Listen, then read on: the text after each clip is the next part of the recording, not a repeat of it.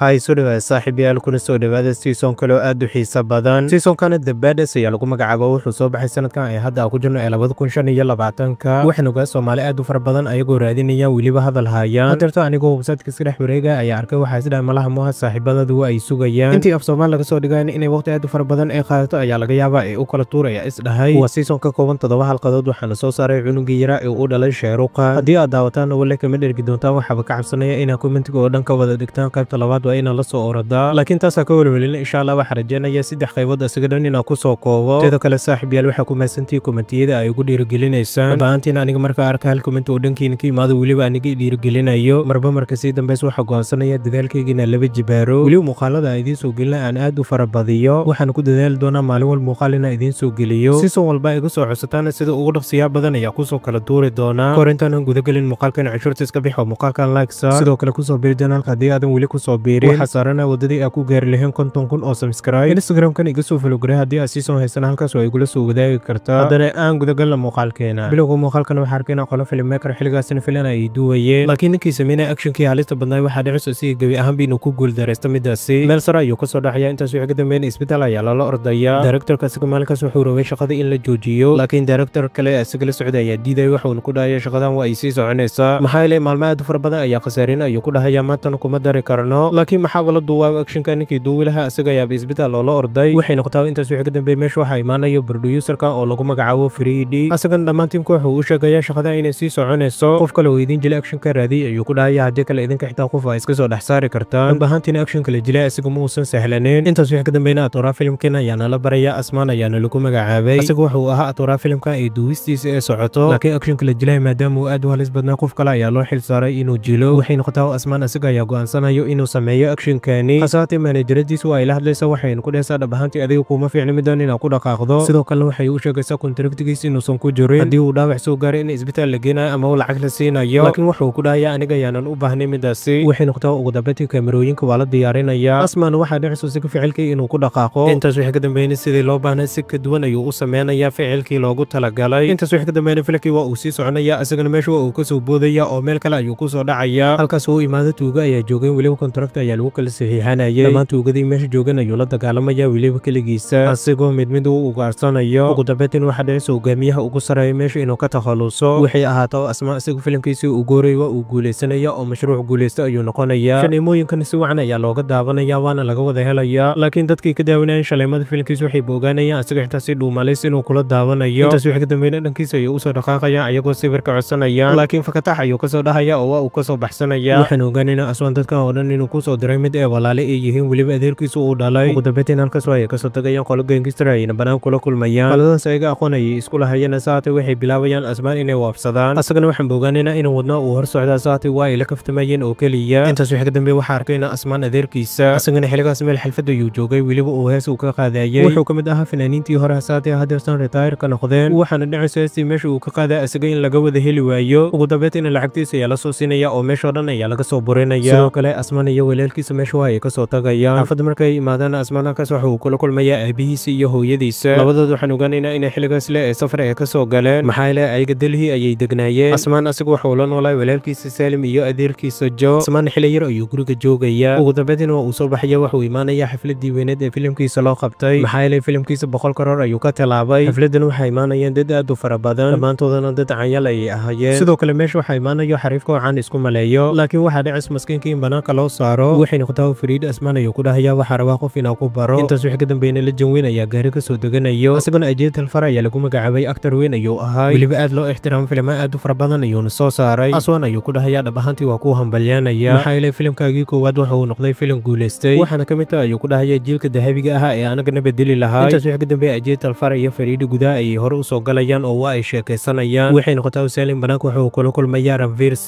Singh xiligaas jiis ayuu iska dhigayay laakiin Salim ayaa muuqaalka duuwayo labadoodan qorta ay isku galayaan wuxuu ku dhahayaa muuqaalka waa inay iga dileeda Salim halka uu sida dadka banaanka oo ugu dhibayo aabihiisa Jona dadka ayuu gudaha nafta oo keenay weliba asigoo khamri suxun iskaaga dharjiyay waxay noqotay asmaan aabihiis wuxuu la kulmayaa Ajay Talfar wuxuu ku dhahayaa dhabahantii taageero ayaa ku ahay waxaana jeclaalahay ama rajanayo wiilkayga sidaada oo kale inuu noqdo Salim iyo Ranveer muran dheer kadib ugu dambeeyay waxay ku heshiinayaan muuqaalka in laga dileedo ayagana waxa wadacaysto inay isku fahmaan weliba ay ku heshiiyaan sidoo kale Freed ugu dambeeyay isagu wuxuu u hambalyaanayaa asmaan wuxuu ku dhahayaa dhahayaa anigana waa ii dadaasha adigana waa isku dadaasha oo filimkeena 100 karoor ayuu ka tilaabay taasina waa kaaga mahadcelinaya ayuu ku dhahayaa maxaa ilaa adiga haddii aadan ahaan lahayn ma aysan suuragali lahayn intaas wixii ka dambeeyna asmaan maneejaradiisa ayaa bilaabayso si gaar inay asaga oo la hadasho waxay ku dhahaysaa Fariida hadirta ayaa Janice ku haysta waxa ku fiican filmo aad u fara badan inaa ka saxiixato maxaa ilaa mustaqbalkaagii halkan ayuu ka bilowday ayuu ku dhahaysaa hore inaa u socoto ayaana loo baahan yahay laakiin Fariida si kaliya asmaan waxa uu ogolaa hal filim wuxuu ku dhahayaa filimka ayaa ku ogolahay asmaan wuxuu rabay inuu Fariida u aqliyeysto wuxuu ku dhahayaa filimka kaliya 100 karoor ayuu ku keenaa saate filimaanta kale ka badan ayay ku keeni doonaan Fariidina waa uu ka darnaa wuxuu ku dhahayaa kuwa kale waa arki doonaan saate midkan soo socda leh 100 karoor ha ka tilaabo waxay noqotaa asmaan maneejaradiisa ugu dambeeyay waxay la kulmaysaa producer Karan Johar ujeedkeedu wuxuu ahaa ayada asmaan inay filmo aad u fara badan ay aga qaado laakiin waxa dhacayso Karan Johar asiga gabi ahaan inuu ku adkeeyo maxaa ilaa wuxuu arkayaa asmaan oo halkaas ku foodeynaya asaguna uu xanaaqaya dhala ayuu u soo jabsanaya waliba dadku wada arkayaan wuxuu ku dhahayaa asmaanka maneejaradiisa tahay midkaas miya asaate arrinka wanaagsan ayaa wuxuu ahaa asmaan asiga halkaas dagaalku ma uusan gelin kaliya waa uu iska waabiyay ayadan ha ay ku dhahayso asaga ayaa maneejaradiisa ahay sida awgeed waxa dhacayso Karan Johar asiga gabi ahaan inuu ka soo horjeesto ninkaas inuu mashruuc oo siiyo wuxuu ku dhahayaa korka waa inaa kor u haasaa ugu dambeyntii halkii xalfadii ka dhacisay booliis ayaa imaanaya ayadan waxay rabeen dadka daraagiska isticmaalaya inay gacanta ku dhigaan laakiin waxay ba awoodeen inay meesha ay gudaha u sii galaan maxaa ilaa fasax umahaysta oo awooddaasi ma laha intaas wixii ka dambeeyna xariif oo aktarka oo Samir lagu magacaabo oo banaanka jooga ay wadanaya waxayna ku dhahayaan cawad adiga ayaa ka dhanansanayna laakiin kan dhanansiga ayaan qalad loo fahmin kaliya waxa ka wada adiga ayaa lacag ka qaadayna halkan Fariida xafiiskiis waxa ugu imaanayo Samirka xalay toole ee booliiska ay qabanayeen aabihiisa wuxuu ku dhahayaa adiga aabahada la'aantiis waxa ma awoodin maxaa ilaa wax adigu u jeeday ay dhacayaan haddana aadan waxba ka qaban karin Fariidin wuxuu ugu jawaabayaa aabihii ugu jooga ayaa aasay kambanigani waxaana soo saaray ayuu ku dhahayaa aktara aad u fara badan hadeertana aabihii uu dhintay shirkadeedana waa ay shaqaynaysaa marka miyaanan la dhihi karin Fariida aabihiisa la'aantiis isaga waa uu socon karaa waxay aato maalinkaas asmaan hooyadiisa ayaa ku kacayso aydan waxay ka xanaaqsaneed isigoo la kulmay Karan Johar waliba aanan ka faa'iideysanin Janice-kiisa arrinkaas oo dhan hooyadiisa waxaa la wadaagtay maneejaradiisa maxaa ilaa meeshii loo baahnaa inuu aqliyeysto ayuu meesha foodo ku sameeyay ayuu ku dhahaysaa waxay noqotaa asmaan iyo Salim sidoo kale maneejaradiisa waa ay soo baxayaan maalinkaas asmaan ayaa ka mid ahaa qole interview laga qaadayo locationka markuu imaadana halkaas waxa uu kula kulmayaa talfaar gabadhiisa taasoo Krishna lagu magacaabay ugu dambeyntiina interviewgooda ayaa u bilaabanayo dadka halkaas interviewga laga qaadayeen waa ay tiro badnaayeen kalaashan ku dhawaad 5 qofood ay gaarayeen kuwaasoo iskugu jira atriishayaal iyo atoorooyin asmaan ayaana lagu dhahayaa noloshada waa ina faham guud naga siisaa asagana wuxuu ku dhahayaa aniga dali ayaa ka imaada oo hooyadeeda iyo aabbeeyga meesha ay degan yihiin weliba meesha ayaa ku dhashtay halkan in adeerkeyga ayaa degan ayuu ku dhahayaa isaga iyo wiilkiisa ayaana la noolahay xirfadan jilinkan waxaa jeclaa ayuu ku dhahayaa yaraanteeda ilaa iyo hadda marka haweenaadeen waxay ogaaday xilligan inay ku habboontahay xilligii ka dhabeelahay riyadeyda intaas wixii ka dambe Krishna ayaa loo soo jeesanaya waxaana lagu dhahayaa noloshaada waa inaa ka warantaa ayadan waxay bilaabaysaa nolosheeda inay ka hadasho waxaan ogaanaynaa Krishna ayada 2 san inay fanka ay ku jirto weli waxay soo saartay in ka badan 5 filim laakiin asmaan waxaa dhacayso isiga hadalkeeda markii uu dhageystay inuu qoslo waxaana la weydiinayaa sababta uu u qoslay sidoo kale waxaan ogaanaynaa talfaar asiga goobtaas inuu joogo weli wax walba meesha ka dhacay uu kaamirooyinku uu kala socdo asmaan wuxuu ku dhahayaa ayada aabaheed ayaa soo saaray 2 san ayayna fan ku jirto ayuu ku dhahayaa wiilana aabaheed ayay ku hoos nooshahay sida awgeed ma la dhihi karo ayada aktarnimadeeda waa ay guuleysatay hadalkaasina Krishna waa ay ka xanaaqaysaa laakiin asmaan asiga wuxuu u sheegayaa midan inaysan ku talagal aysan ka ahayn sidoo kale hadalkaas waxaa ka xanaaqayo talfaar uu meeshu joogay taasoo ahaa Krishna aabaheeda ugu dambeyntiina waraysigooda marka uu soo dhamaado aswaan iyo tiimkiis meesha waa ay ka soo tagaya ayagoo iska habeenaya mar waxa soo wacayo producer Karan Johar wuxuuna u sheegayaa asmaan asiga kontrakta cusub inuu u hayo waqtiyada soo aadan ayaa kulmeena ayuuna ku dhahayaa waa inuu isdiyaariyaa sidoo kale isla xilligaas waxaa soo wacaya Fariidi wuxuuna ku dhahayaa aniga filimkii hore kuu sii mid kale ayaa kuugu daraya laakiin waxaan ogaanaynaa asmaan asiga midaas inuusan rabin xilligaasi waxay noqotaa maadaama uu Fariidi uu yahay isagoo raali ka ahaan ayuu hayo ku dhahayaa maalinka xigan asmaan iyo maneejaradiis waxay imaanayaan xafiiska Fariidi halkaas waxay ku arkayaan xariifkii caankiis ku maleeyay asaguna uu isxanaajinayaa bahal qashanka lagu reed ayaana meesha yaal darba ayuu ku dhufanayaa laakiin Fariidi ayaa u soo baxaya waxaana lagu qasbayaa asaga inuu aruuriyo qashankaasi midaas ayaana dhicis oo uu aruurinaya weliba isagoo tartiibkiisa aanan laga waalaynin ugu dambeyntiina Fariidi iyo asmaan waa ay kulmayaan Fariidina isagu wuxuu ogaanayaa asmaan inuu kontrakta ula galay Karan Johar intaas wixii ka dambeyn wuxuu ku dhahayaa fasax xayaata uu filimkiisa waa ku horumari kartaa sidoo kale asmaan adeerkiisa Jo ayaa arkayna intaas wixii ka dambeey waxaa soo wacayso asmaan hooyadiisa waxayna ku dhahaysaa hadal ayaa rabaa inaa ku sheega saate asmaan waa inaa ka qarisa ay ku dhahaysaa intaas wixii ka dambeey waxay u sheegaysaa ninkeeda xaaladiisina aad ay u xun tahay waxayna ku dhahaysaa asiga beerkiisa waa bedel oo keliya anigana waxaa laga yaabaa guriga soo aaday in asiga dartiisa uu iibiyo John asiga wuxuu ku dhahayaa midaas ku degdegan xal ayaa la keeni doonaa saate guriga silma filan waxa ku imaanayaan asmaan iyo tiimka kale habeenkaasina Jo asiga si daran ayuu qamri u cabayaa hadalkii dhammaan ee lagu amaaneeyeen waxaa dhacayso asiga afkiisa inuu soo dafo wax walbana waxaa ogaanayo asmaan asagoo wixii rabo hooyadiis teleefanka waxaa ka dhigaya Jo wuxuu ku dhahayaa aniga hadalkan waa lagu amaanaysaa haddii aa wacdina waxaa la ogaanayaa in aniga ku soo sheegay waxay noqotaa maalinka xiga asmaan iyo manageradiis waxay imaanayaan producer Karan Johar xafiiskiisa. asmaan halkaas waxa uu kula kulmayaa Krishna. labaantiin ayadu waa ay ka xanaaqsanay xitaa hadalkiisa ma aysan rabin, laakiin waxaa dhacaysa asmaan isaga halkaas inuu ku raaligeliyo. wuxuuna ku dhahayaa wixii habeenkaas sameeyay qalad ay ahaayeen, anigana waxaa qiiqsaday inaa iga raali ahaato ayaan ka codsanaya ayuu ku dhahaya. dib dambe uma soo laaban doonaan. ugu dambeyntiina labadooda Karan Johar ayay la kulmayaan. isagana waxaan bogaanaynaa labadooda inuu ka kala dhigi rabo Atoore iyo Atariisho. scriptiga ayuu siinaya, wuxuuna ku dhahayaa si wacan waa inaa iskaga soo akhrisaan. aan ku weydiiyo horta adiga muuqaalka like ma saartay? haddii aadan saarin waxaa ka codsanaya muuqaalka like inaad saarto. intaas wixii ka dambe asmaan iyo manageradiis meesha waa iskaga soo tagayaan, laakiin banaanka waxa uu kula kulmayaa Krishna. aadan gaari ayaa u imaanaya, hasaatee mid ka mid ah kaamirmaanadii meesha joogan ayaa wuxuu aflagaadeynaya Krishna. midaasina asnaam ayaa ka xanaaqaya oo wuxuu bilaabayaa inuu ka celiyo. intaas wixii ka dambe asnaam meesha waa uu ka soo tagayaa, wuxuuna imaanayaa meel xayeysiin uu ku samey rabay. halkaasina waxay ku arkayaan producer Rajamoli iyo Amir Khan, laakiin waxaa uga dhacaysa asnaam isaga inuusan la hadlin. intaas wixii ka dambeeyna gudaha ayuu galaya oo xayeysiintiisa ayaa u bilaabanayso. barfuun ayuu xayeysiinaya, markay uu soo dhamaadaan waa uu ka soo tagayaa. waxay noqotaa maalinkaas asnaam manageradiis waxay haysiinaysaa lacaga aad u fara badan, waxayna ku dhahaysaa aabahaaga waa inaa kusoo daaweysaa. laakiin waxay ogaataan lacagaha inaysan ahayn lacagay ayada ay siinayso, asiga ayaa shaqaystay keliya waa ay ka maqneed. saatee hadeertan ayay imaaday. waxay aataa u talfar habeenkii waxa uu soo wacaya producer Karan Johar. isagana waxa uu soo ogaaday gabadhiisa Krishna inay filim ee la soo wado asmaan. Karan Johar ayuuna ku dhahayaa ninkaas gabadheeda ayuu ku xadgudbay. isagana waxa uu ku dhahayaa filimkaaga inaa ka saarta ayaa rabaa weli aktar cusub aa u raadsato, laakiin Karan Johar waxa uu ku dhahayaa midaas ma suuragalayso. asigoo xanaaqsan ayuuna gurigiisa imaanaya. habeenkaasi talfar iyo familkiisa ayagu waxay rabeen dali inay soo aadaan. talfarna waxaan ogeynaynaa asiga Krishna markii laga soo tago wiil kale inuu dhalay, weliba kaasoo faataale ahay aanan rabin inuu wax qabsado gurigale uu iska joogo. midaasna waqti fara badan ayaa kasoo wareeganayso. asmaan ugu dambeyntii gurigiisa ayuu imaanaya oo wuxuu la kulmayaa aabihiisa iyo hooyadiisa. aabihiisa oo aanan ogeyn ayuu hooyadiis lacaga aad u fara badan farta ka saaraya, wuxuuna ku dhahayaa waa midii lagu daabeyn lahay aabe. intaas wixii ka dambeyn asiga iyo aabihiis banaanka ayay soo aadayaan si ay u soo socdaan. waxaan ogaanaynaa asmaan asiga aabihiis inuu zaid uu u jecel yahay. ugu dambeyntiina asmaan waxaa soo wacayo Friidi, wuxuuna ku dhahayaa dili waa inaa ka imaadaa hadeertan xaalad degdeg ayaa jirto, adigana waa lagu baahanya oo lagama maarmo. intaas wixii ka dambeeyna asmaan aabihiis ayuu u sheegaya inay xaalad degdeg ee jirto, weliba uu rabo inuu laabto. aabihiis ilaala ayuu ku dhahayaa weliba naftaada waa inaa ka taxadarta. markaasina habeen ayay ahayd isigana inuu imaado maalinta ayay suuragalaysay. waxay ahaataa Friidi maalinka xiga isigoo joogo goobtii sadka. habeenay ee wada shaqayn ee ka dhexeysa ayaa afka la soo galay, suliyo gacan ka hadal ayay bilaabaysaa. asagana iga joog markii uu kaba istaag ayuu ka ridayaa. ugu dambeyntiina meesha waxaa imaanayo asmaan. waxay ahaataa Friidi asmaan ayuu ku dhahaya shaqadii Karan Johar waa inaa joojisaa, weliba aad bilowda midayda. asmaan midaas uu ka diidaya, wuxuuna ku dhahayaa ma aha mid suuragalayso. hasaatee Friidi waxa uu ku dhahayaa haddii aa hadalkayga aa qaadan wayso waxaa dhacaysa kontraktiga inaa kansalo. asmaan asiga warqadii kontraktiga ayuu soo qabanaya, kadibna waa uu jeexjeexaya, wejiga ayuuna aaga dhufanaya. intaas wixii ka dambeeyna meesha waa uu ka soo tagaya. saaxiibayaal seasonkeena qaybtiisa koowaad halkan ayay inoogu eg tahay. intaan ka kulmaynana muuqaalka heega nabad.